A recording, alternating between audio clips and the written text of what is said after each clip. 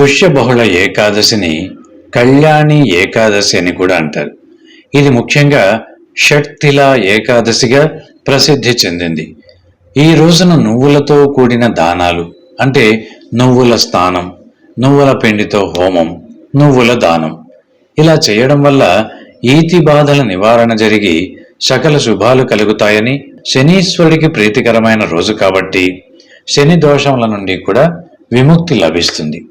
పుష్యమాసం బహుళపక్షంలో వచ్చేటటువంటి ఈ ఏకాదశిని కళ్యాణి అని కూడా పిలుస్తారు. దీనిని షట్తిల ఏకాదశి అని కూడా అంటారు. ఈ రోజు ఉపవాసం ఉండి షట్తిల వ్రతం చేయడం వల్ల అన్ని రకాల బాధలు, కష్టాలు తొలగిపోయి శుభాలు కలుగుతాయన్నది నమ్మకం. ఈ వ్రతంలో 6 రకాల నువ్వుల ప్రయోజనాలు ఉంటాయి.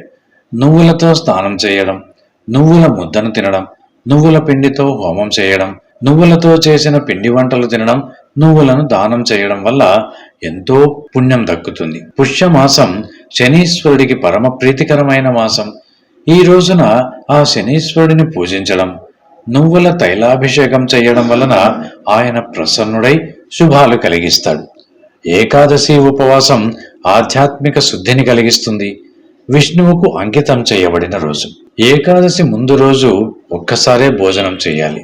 ఈ ఏకాదశి రోజున ఆహారం, నీరు లేకుండా కఠిన ఉపవాసం ఉండాలి.